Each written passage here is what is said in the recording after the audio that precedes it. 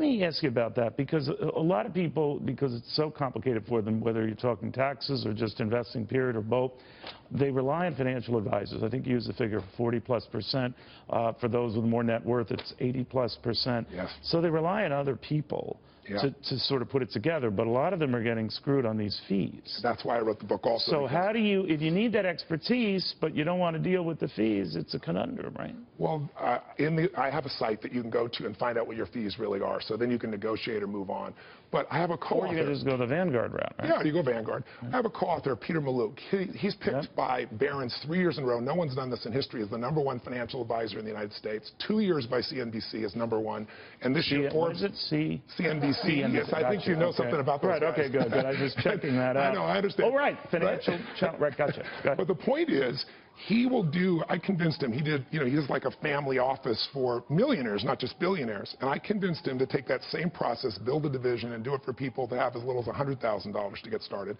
Or you can go to Vanguard. But you need an asset allocation broken down to do what you said. These great investors, I interviewed Warren Buffett, Carl Icahn, Ray Dalio, the people is amazing.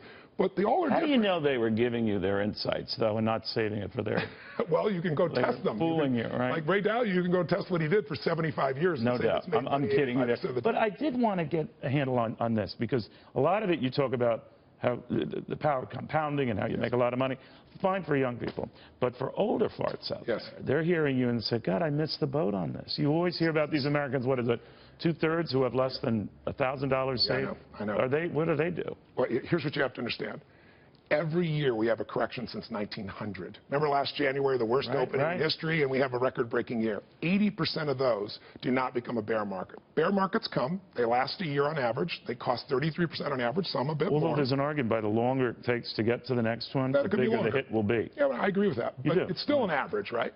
But here's what you need to know. Every single crash, every bear market in American history for more than 2.5 centuries has turned into a bull market immediately. Remember 2008, we lost from peak to trough 50%. And where to go in the next 12 months from March 9th coming up? It went up 69% in the next 12 months. So if you didn't sell, you're up 70%. But people get that fear, right? I remember the late, great Peter Lynch, not late, great, it's a lot, but Peter Lynch, who looked at what was happening to airline stocks and everything after 9/11. He said it makes no sense that American Airlines and Delta are trading at pennies on the dollar.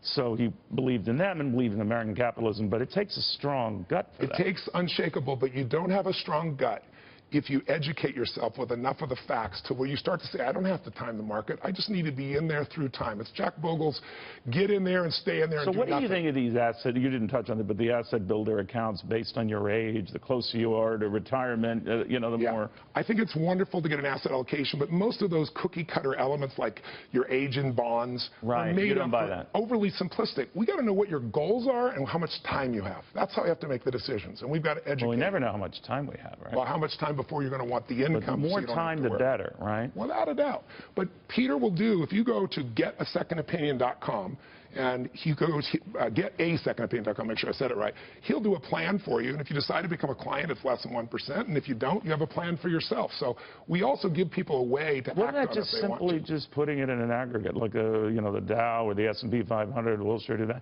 and just invest in that, dollar cost average with that, and be done with it? You can absolutely do that, but if you... But you're not going to get very rich. Well, no, if you want to maximize, you want to have an asset allocation that probably has some alternative investments. Ray Dalio said something the other day. Ray Dalio said something the other day that I thought was brilliant.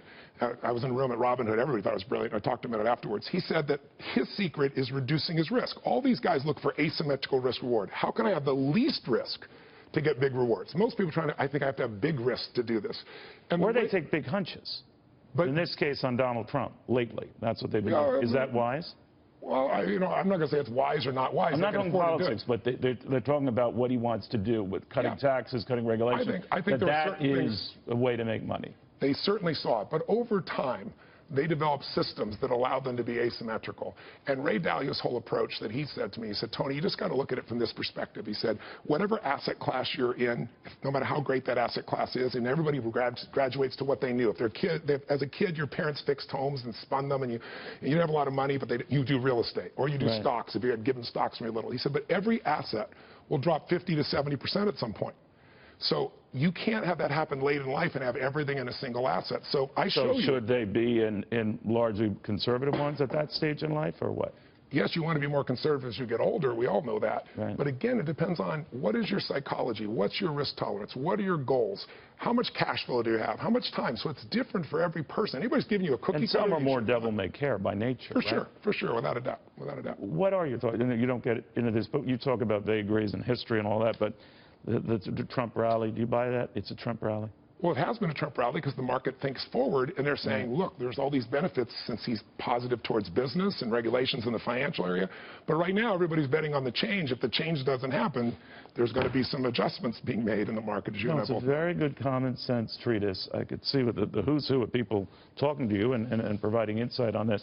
A lot of it is common sense. Unshakeable, your financial freedom playbook, creating peace of mind in a world of volatility. We all are capable of it, but we let our minds get in the way. Yeah. And then we don't get happy. Right? And I think that's the last chapter, is to show you that money doesn't change you. It makes you more of what you are. If you're mean, you got more to be mean with. Yeah. If you're giving, well, you it might not buy there. happiness, but it can certainly buy a little bit more content. Up to $75,000, the research shows it changes your life. After that, it's a game in here and in here. You're right. Tony Robbins, great seeing you again. Great seeing you again. You very, very Thank much. You for having me.